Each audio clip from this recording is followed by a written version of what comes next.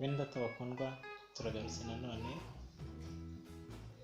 kugira ngo twongere tuganire ubutumwa bwiza bw'ubwami bw'Imana. Reka dusenge. Turagushimira Mwami Yesu kuko ugenda udusobanurira ngo tumenye ukuri, kuko dukwiriye kwifata muri bino bihe. Turakwinginze kugira ngo umane natwe, kugira ngo Umwuka Wera avugane natwe n'imitima y'abumva n'abareba, kugira ngo twese hamwe tubashe kumenya ibyo ushima n'ibyo ushaka, kuko twamaze kumenya neza rwose ko Mwungeri mwiza, ubwenge butavuguruye butabasha kutumenyesha Imana. Niyo mpamvu tukwinginga cyane kugira ngo ubwenge bwacu buvugururwe n'ukwizera ndetse n'Umwuka Wera ibyanditswe byera, kugira ngo tumenye ibyo ushima n'ibyo ushaka, kandi tujye imbere rwose kubw'izina ryawe rikomeye. Urakoze Mesiya mwiza, amen. Turabashimiye rero kuko mwemeye mwongeye gufata umwanya wo gukurikirana ibyigisho byacu mu nyubako y'agakiza. Shene inyubako y'agakiza ivuga ku miterere y'agakiza nuko kagomba kuba kameze, kugira ngo biheshe umuntu wese wizera ubugingo no kugira ibyiringiro bihamye bitari amasezerano apfuye, ibyiringiro bihamye byo kuzaraga ubwami bw'Imana, kuko ubwo bwami tuvuga ntabwo ari amagambo, nta nubwo ari ibitekerezo by'abantu, ahubwo ni impamo, kubera ko bigira urutabi rufatika haba ku buzima bwacu ndetse haba no ku rugendo rwacu rwo mu buryo bw'umwuka. Ibyo tuvuga ntabwo ari amagambo, ahubwo ni ibintu bifite ubuzima. Ijambo ry'Imana ni rizima kandi rifite imbaraga zo kubeshaho umuntu no kumutunga no kumuhanira gukiranuka. Tutagiye muri byinshi, ndagira ngo twihute. Ndashaka ko uyu munsi tuganira ku nyubako noneho yitwa Agakiza. Iyi nyubako yitwa Agakiza, twabivuzeho gato mu gihe gitambutse, tuvuga ku byerekeranye n'inyubako, ukuntu yinjiye mu buzima bw'abantu. Habanje kubaho ihema ry'ibonaniro cyangwa se ihema ry'ibihamya cyangwa se ubuturo bwera. Iryo hema rero rimaze igihe ririho mu rugendo rwose rwabayeho rw'Abisirayeli kugeza mu gihe cya Salomo. Ihema, isanduku y'isezerano iva muri iryo hema iraza itura mu nzu Salomo yari yubatse. Iyo nzu rero nayo yari inzu yitiriwe izina ry'Uwiteka, ariko twaje gusanga ko yabaye umutego, kubera ko iyo nzu yatakaje ubwiza bw'Imana bwayirimbishaga.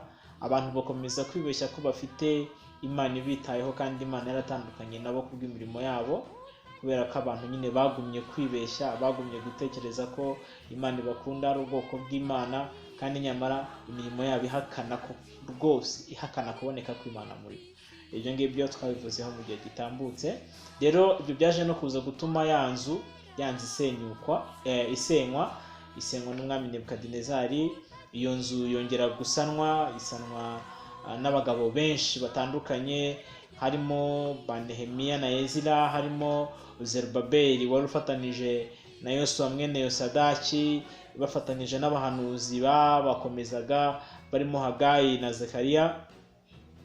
Ariko iyo nzu nabwo iza kongera, kuko uko abami bagendaga basimburana niko habonekaga abami batitaye ku by'Uwiteka. Iyo noho yanze kongera ikangirika igahinduka igatabwa.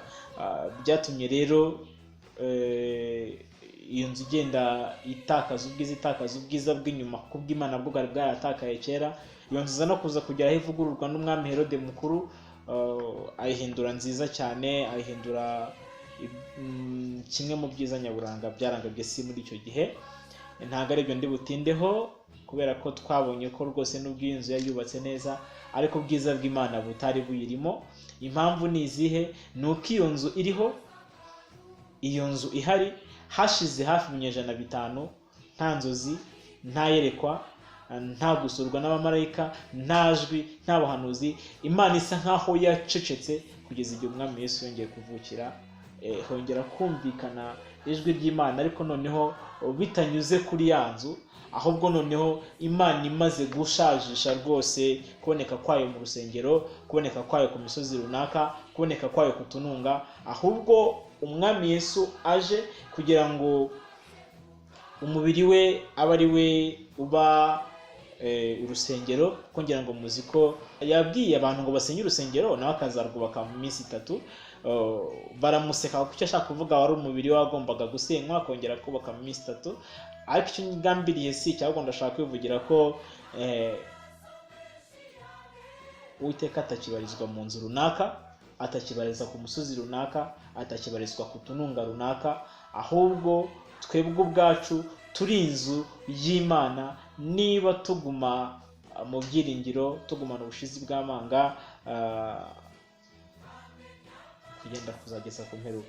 Umwanditsi wandikiye itorero ry'Abaheburayo niko yarababwiye ngo ariko Kristo akiranuka mu nzu yayo nk'umwana, aravuga ati kandi iyo nzu yayo ni twebwe niba dukomeza rwose ubushizi bw'amanga n'ibyiringiro twiratana ngo bikomere kugeza ku mperuka.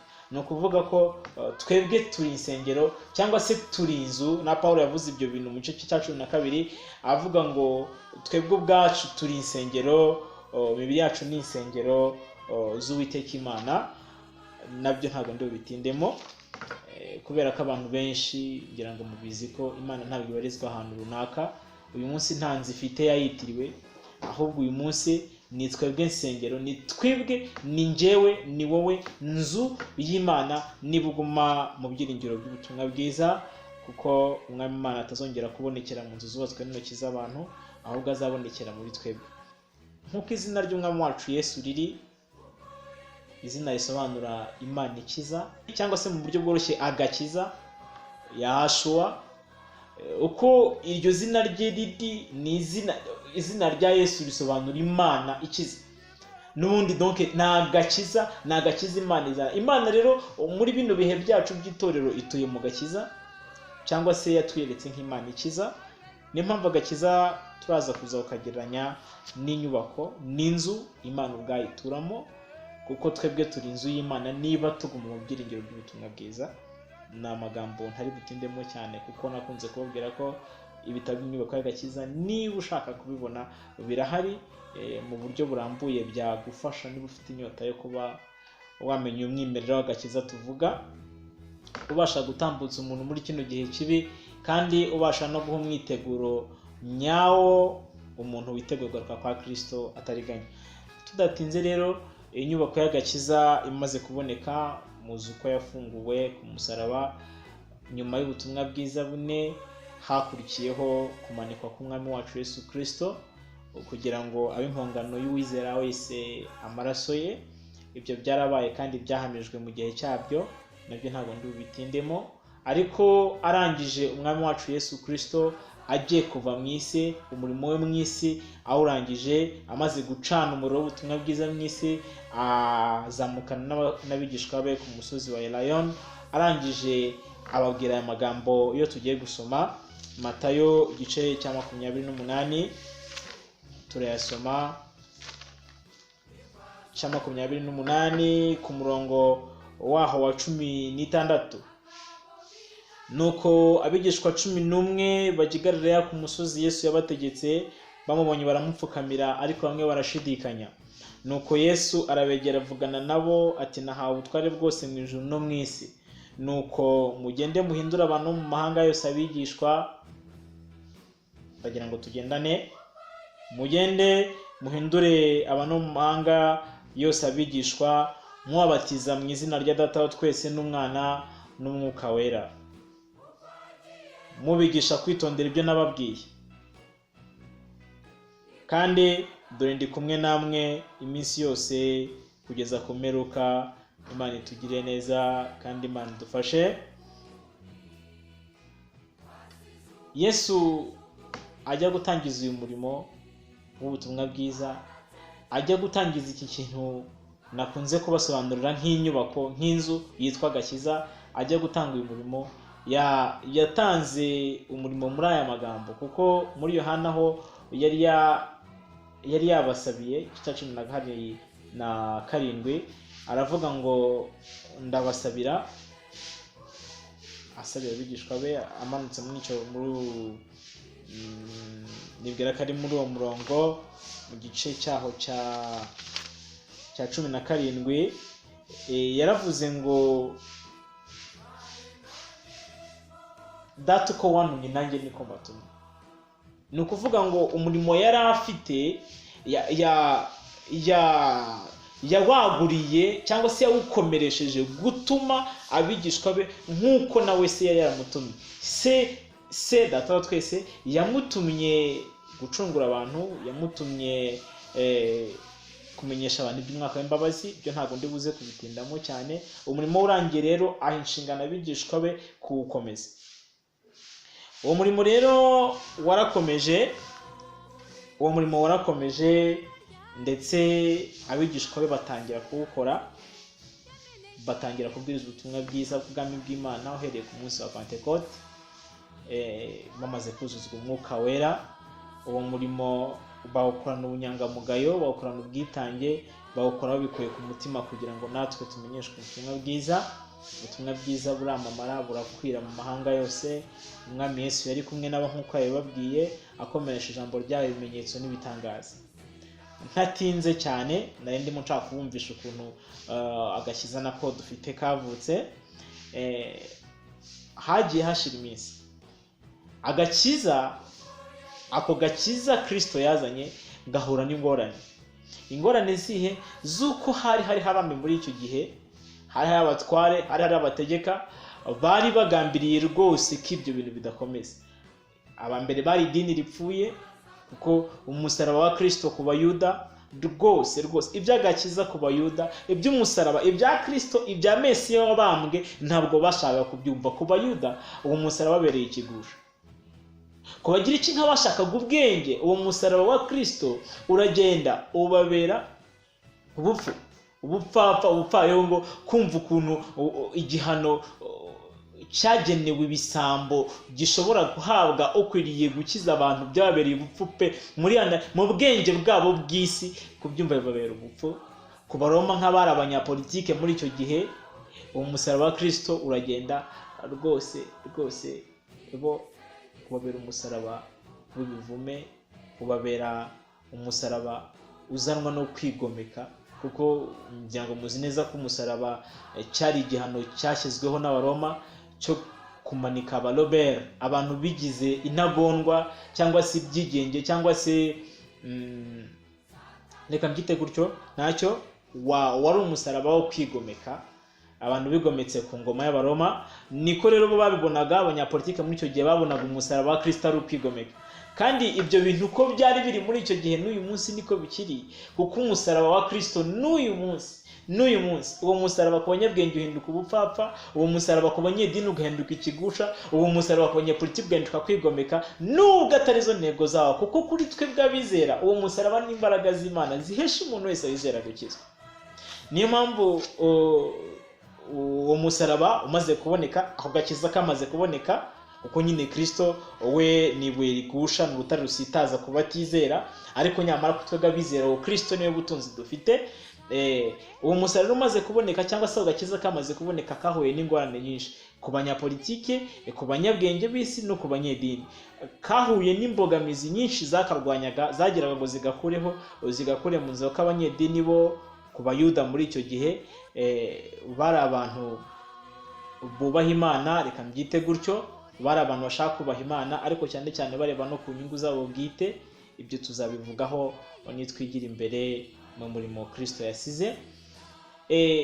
Abanyapolitike nabo kubera ko bumvaga ko hari undi mwami uhari kandi Kayisayi nawe ari umwami, byatumye batekereza ko umwami aje kubasimbura ku ngoma yabo no kubagandishiriza abantu, bituma bihata rwose kubarimbura no kubamaraho, nubwo intego ya Kristo atari iyo ngiyo, kuko yabwiye Pilato ngo ubwami bwanjye ntabwo ari ubwino.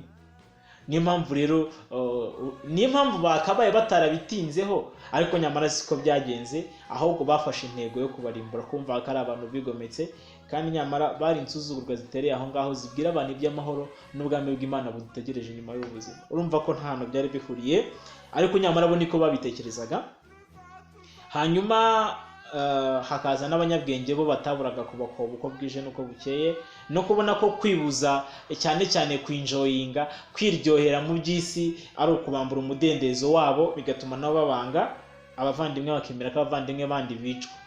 Rero mu gihe kigiye imbere gatoya, uhereye ku rupfu rwa Stefano, n'aba Yakobo n'abandi bagiye bicwa kubera ubwo butumwa bwiza bw'ubwami bigishaga, bituma rero itorero rinyura mu bihe bikomeye.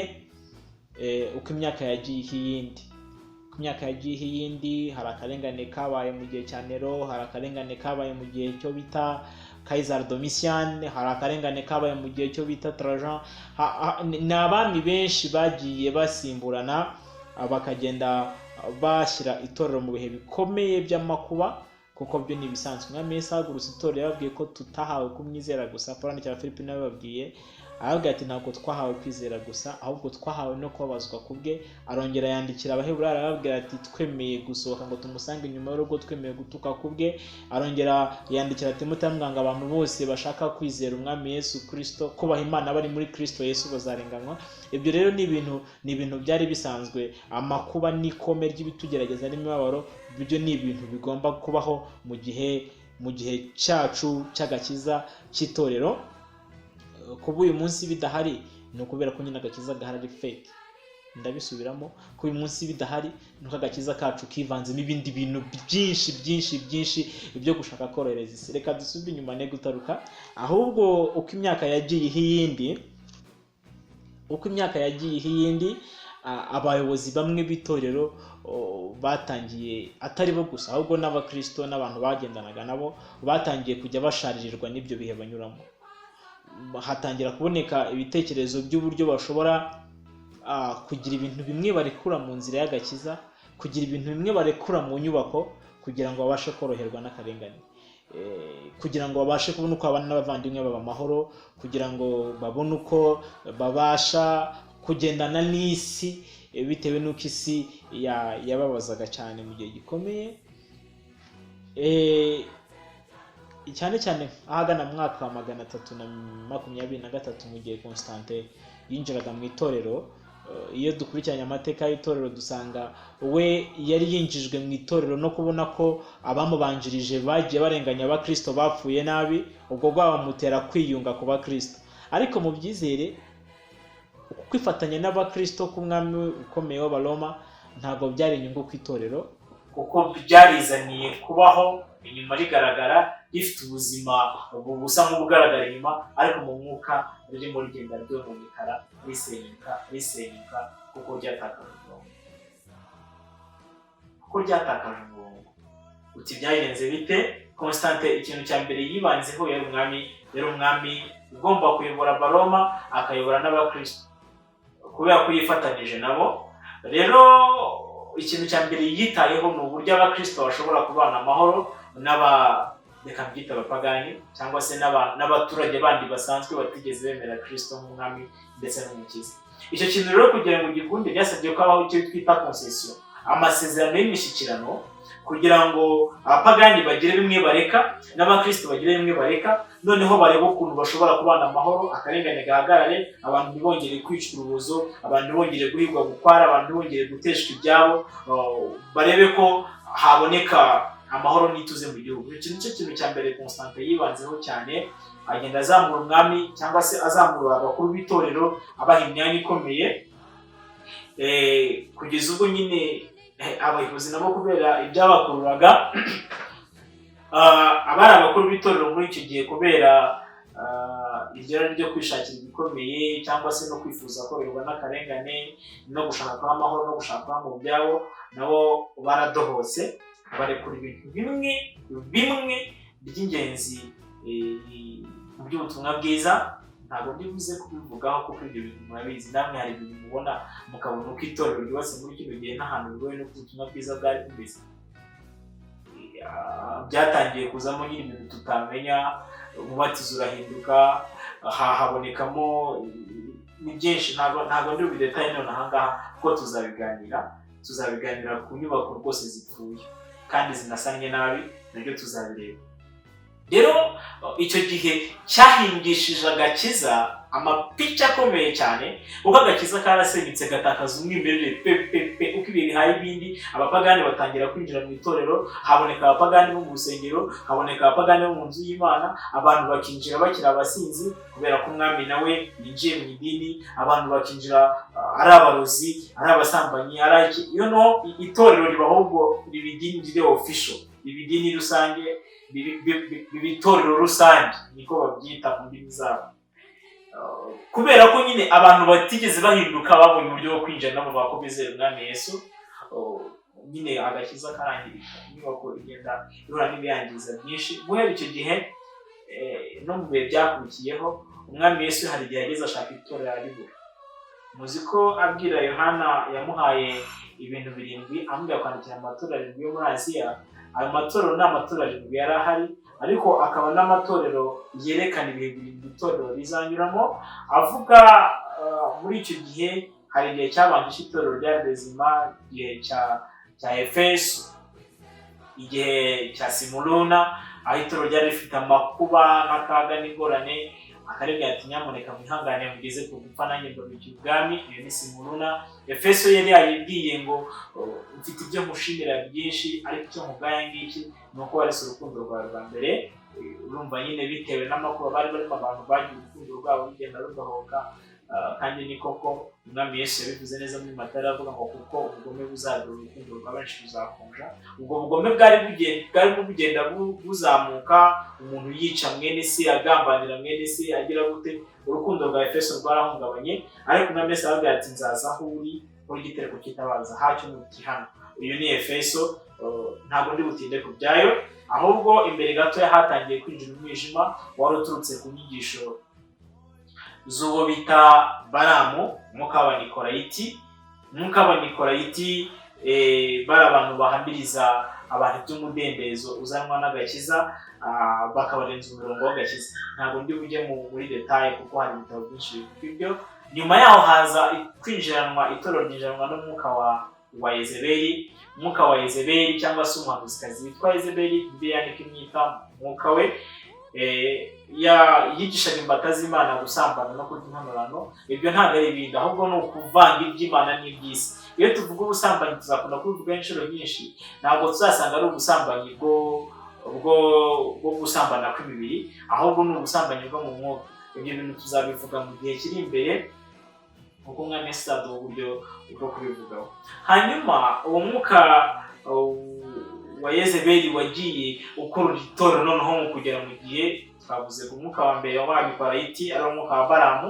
Tuzavuga ibyawo mu gihe kizaza. Hakaba n'umwuka wa Yezebeli, ari umwuka w'ubusambanyi mu itorero, naho tuzavuga ibyawo. Iyo myuka yombi hamwe n'ibindi byinshi tutari gusobanura ubu, byakoreye itorero mu gihe cy'itorero ry'Isarudi, aho umwami Yesu yashakaga ubukristo akabubura, yashakaga itorero akaribura, aho yahamije ko Sarudi ifite izina ry'ukuriho ariko nyamara ari inkuru. Ibyo byaje kuza no kugeza mu gihe cy'itorero rya Philadelphia, aho Philadelphia hari hatangiye guhaguruka abagorozi cyangwa se abasanyi, abantu bagiye kongera gusana inyubako yitwa Agakiza. Imana ibahe umugisha, bakoze neza, umwete wabo natwe baravutse rero. Uhereye mu kinyejana cya 15 na 16, mu gihe cya Bariteri, ba Fareri, ba Zingiri, ba Huse, bande n'abagorozi benshi bagiye bahaguruka muri uyu murimo, bashaka kongera kureba ko itorero ryasubirana umucyo. Ariko haciyemo ibihe, haciyemo Perugamo, haciyemo Tuatira, haciyemo Sarudi. Ni igihe itorero ubuzima bwaryo bwagaragaga nk'ubutariho, umwami Yesu agendana n'abantu bake. Ni igihe isi yari icuze umwijima rwose, ibuze umucyo w'ubutumwa bwiza. Abo bendatari barahagurutse, bakora umurimo wo kuvugurura, bakora umurimo wo gusana, bakora umurimo wo kugorora. Imana ibakumirisha. Ariko baguye mu mutego. N'uyu munsi itorero rigihura nawo, rigikongana nawo, rigikubitana nawo, rigihanganye nawo, bigoye ko ryanawikuramo keretse gusohoka mu cyitwa idini ubu cyangwa se mu cyitwa itorero. Uti byagenze bite rero? Bene Data bagorora nibo bahuye n'amakuba nk'ayo itorero rya mbere ryari rifite.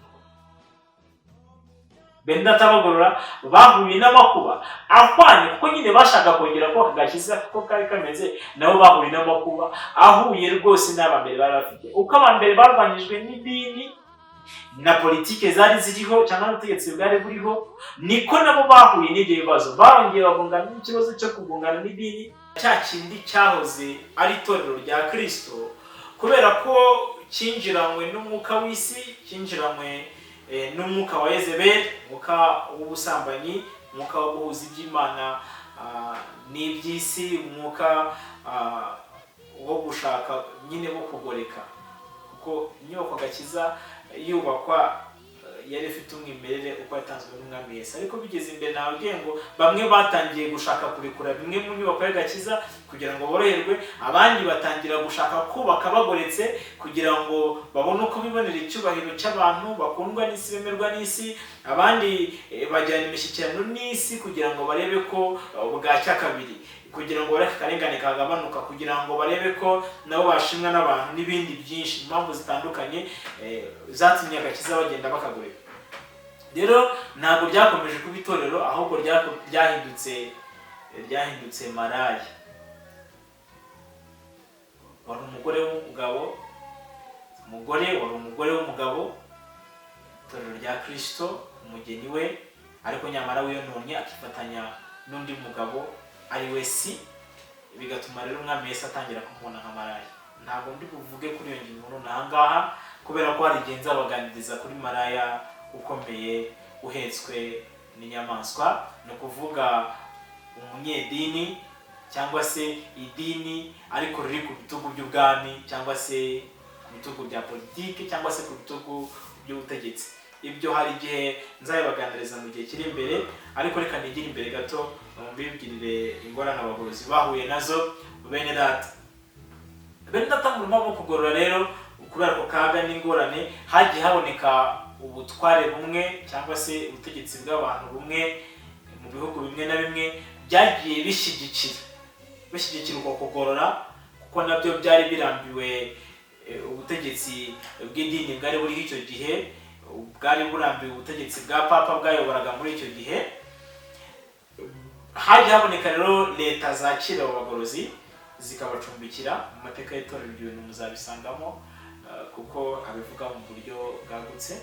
Ntabwo ndi buvuge imibare y'abantu bishwe kubera ko bashakaga kugendera mu murongo w'agakiza, mu murongo w'ubutumwa bwiza, uko bashaka kugumana umwimerere, ariko noneho bamaze kuburekura bakabatoteza cyangwa se bakabashyira mu kaga k'uburyo bwinshi.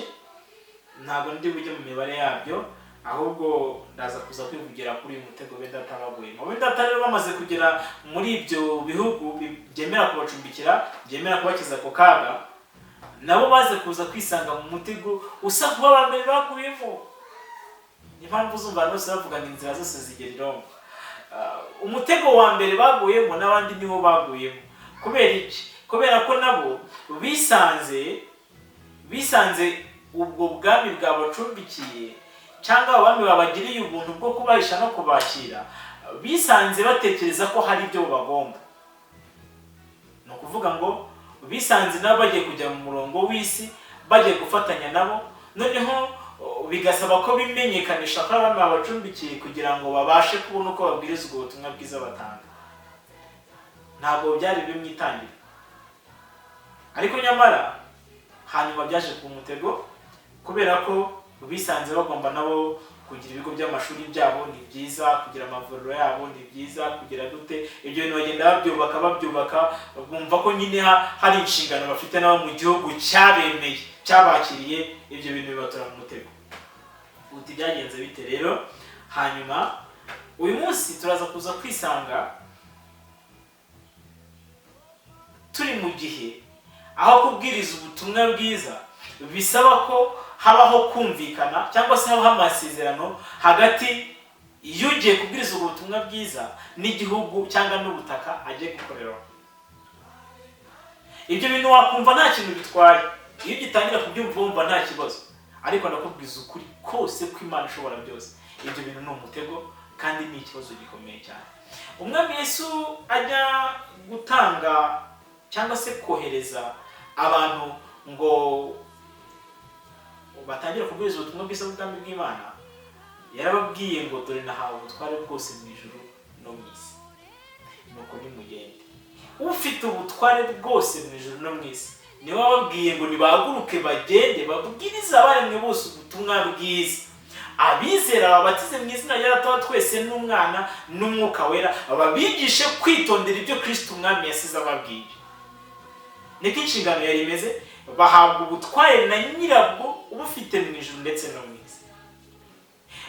Wava Umwami Yesu ntiyabitekereje, yari yabitekereje kuko we arebera iherezo mu itangira, yari abizi neza ko haramutse habaye hari undi muntu ukesha uburenganzira bwo kubwiriza bari mu butumwa bwiza, ushobora kuzisanga mu mutego w'uko hari amabwiriza ugomba kumvira, agomba kugoreka, agomba gusaba kugoreka imyubakire ufite.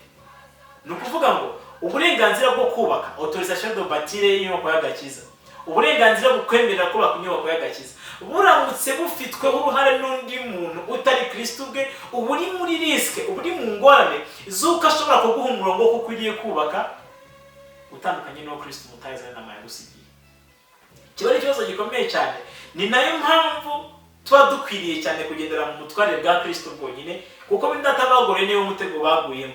Kandi nambabwiye n'abasanyi ba mbere bo kuri irya nyubako, wenda ntabwo ndi bubihuze cyane, ariko ku nyubako ya mbere y'inzitiro izina ry'Uwiteka, muzi ngo ninde watanze uburenganzira bwo gusana iyo nyubako?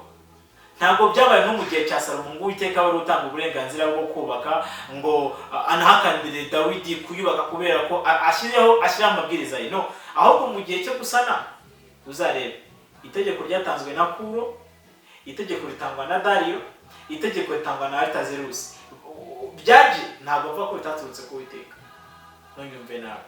Ahubwo ikintu nshaka kubwira nuko iyo nzu yubatswe uburenganzira bunyuze muri izo nzira itigeze imera ibaho ngo isubire bwa bwiza yari ifite bwa mbere.